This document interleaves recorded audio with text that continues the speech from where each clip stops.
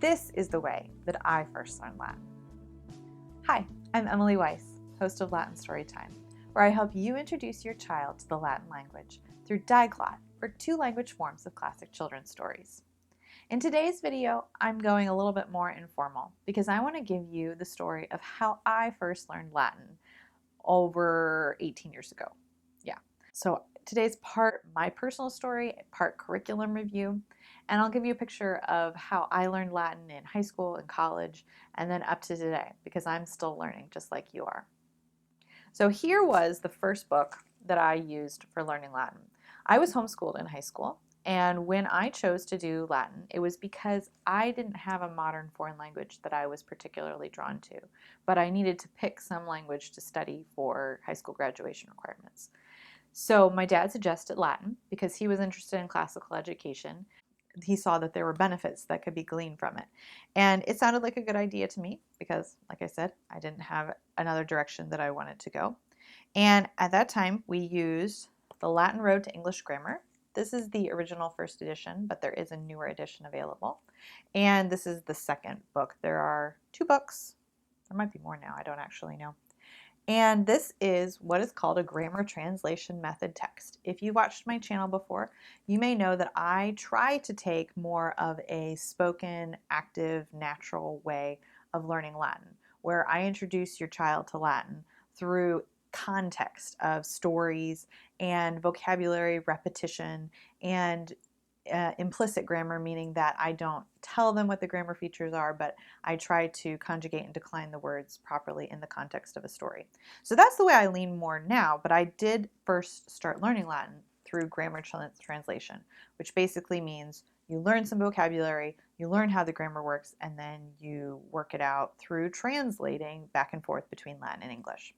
So this book is written on, I'd say it's like a upper elementary middle school level. And it uses a notebooking method where you take the grammar explanations and you copy them into your notebook, and you copy the vocabulary and the memory passages into your notebook. And it had lots of good exercises in translation, especially the thing that I think helped me a lot was the English to Latin translation, where they gave me a sentence in English and then I had to translate it into Latin. And then they also had passages in here, like here's the Pledge of Allegiance in Latin. So passages that weren't originally written in Latin, but that you're already familiar with, and then practicing in that way. So that was how I learned in high school. And then I finished high school and went on to college and declared my major in classics. Now, the word classics means a lot of different things, but in the context of a college academic department, it means the study of ancient Greece and Rome. So you're taking ancient Greek classes and Latin. And I only took one semester of ancient Greek. Everything else I did was Latin. And this was the book that they used in the first 2 years of Latin, An Introduction to Latin by Susan Shelmerdine. And this is a college level text, and it's very, I would say streamlined is the word. Clear explanations, not a bunch of long explanations, and clear tables and short exercises similar to in that first book that I showed you with translating between Latin and English.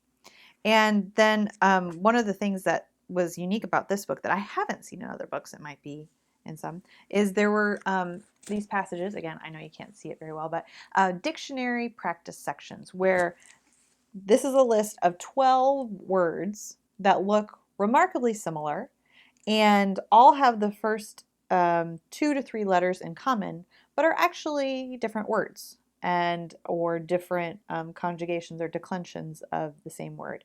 And this was just an exercise in, hey, are you paying close attention? Do you understand the roots? Are you able to distinguish between these words, or are you just guessing? It's good. It was a really good exercise. But this book was used in the first whole year of Latin, which I was able to test out of because of my previous experience doing Latin in high school, and then in the first semester of second year Latin. And that was where I tested into. And when I got there, I felt a little in over my head. And this will happen if you change curriculums at any point. So if you're homeschooling and considering changing Latin curriculums, just be aware of this.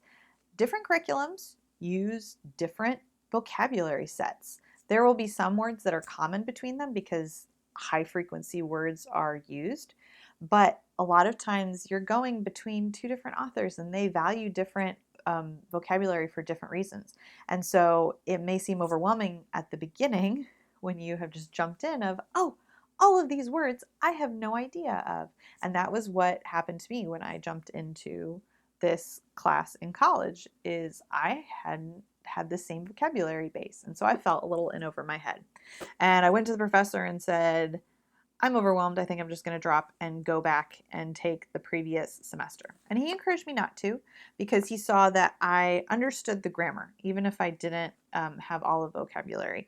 And if you have the solid, if you're doing grammar translation method and you have a solid understanding of the grammar, then you can pick up the vocabulary on the way and you can make up for that. But it's kind of hard to do the opposite of just knowing the vocabulary and making it up as you go along with the grammar. That will quickly fail you. So that was how I finished out my initial learning basic Latin grammar. And then after that, the next course that I took was kind of an intermediary step where they used a graded reader of here's some kind of intermediate Latin and we'll gently pull you into the original text. And then once I was done with that, I jumped into reading the authors, or reading the authors meaning painfully translating the authors every semester. So I did things like Cicero and Roman historians like Livy and Sallust, and I'm looking at my stack that I have next to me. And there was a whole semester on medieval and Renaissance Latin, which was my absolute favorite because you got to see how Latin is not just about the classical age of Rome, but actually extends all through up until the present day. And then there was also a semester on Virgil's Aeneid. And in each of these, you would go from semester to semester and you get used to one particular author's vocabulary base again. You get used to the words that they use over and over again in the context. Like if you're talking about the context of a battle, it's going to use much different vocabulary than if you go over and you're doing romance poetry, right? And so every semester would be kind of that thing of, I thought I had it down with this previous author, and now I'm completely lost, and you make up for it. But what that really gave me was translation skills, the ability to look at a text, use a dictionary, use my grammar reference. I used Susan Shelmerdine's Latin book all through college because it was a great reference book as well. And being able to make sense of the passage. Sometimes that worked really well. Sometimes I didn't do a great job of it.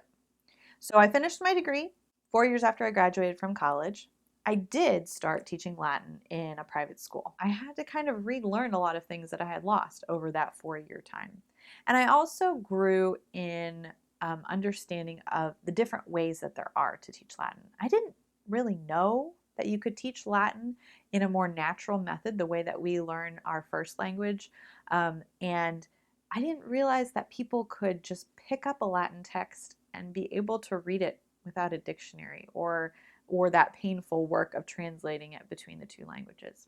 So once I became aware of that, I really wanted to grow in that area. I wanted to be able to read Latin authors comfortably. And I'm not to that point yet, but I am much farther than I was when I just graduated college. And the thing that helped me a lot, number one, was reading lots of Latin for classes that I taught, obviously. Another was reading, there's a whole host of Latin novellas that have been written by teachers to help their students just get lots of text that is interesting and accessible to them at their current level. Because reading lots of easy text helps you graduate up into harder text, kind of like how we want young elementary students to read things that are at or even below their level just to become more fluent readers.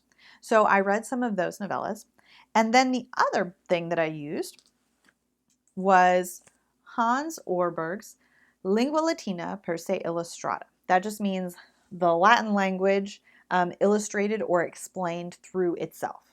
So this is a book, it's a Latin textbook that has no English in it whatsoever. You start off at the beginning and it uses pictures and little illustrations / diagrams, and then just lots of Latin text. And so what I did is I read through this, and my goal was to read through it without translating in my head. And that's a really hard thing to do, because even as a teacher, I'd gotten used to this really like this word equals this word in English, this Latin word, this phrase. And I had been going back and forth even in my head. So I could do that really quickly. But that's not quite the same thing as what we do when we naturally read something in our first language. So this took me over a year, I think, to get through this book, reading it just without translating. Now what I'm going to do is I'm going back through and I'm rereading this. And this time I'm going through and I'm doing the exercises as well. And I expect this because I have other things that I'm doing, like Latin story time and having, I have a family and things. This will probably take me another year to get through again, just because I'm not getting to it every single day. He has one other book in the same style where it's like a textbook that, leads you through the grammar.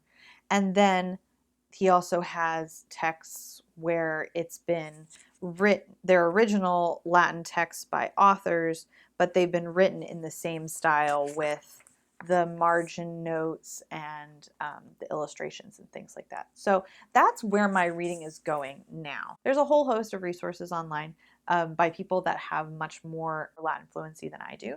And I'll link some of them below because they have good learning tips. They have recommendations on ways that you can practice besides just reading a text, like finding good audio sources and things like that. So I'll link some of those below, and I'll look forward to seeing you in my next video. Bye!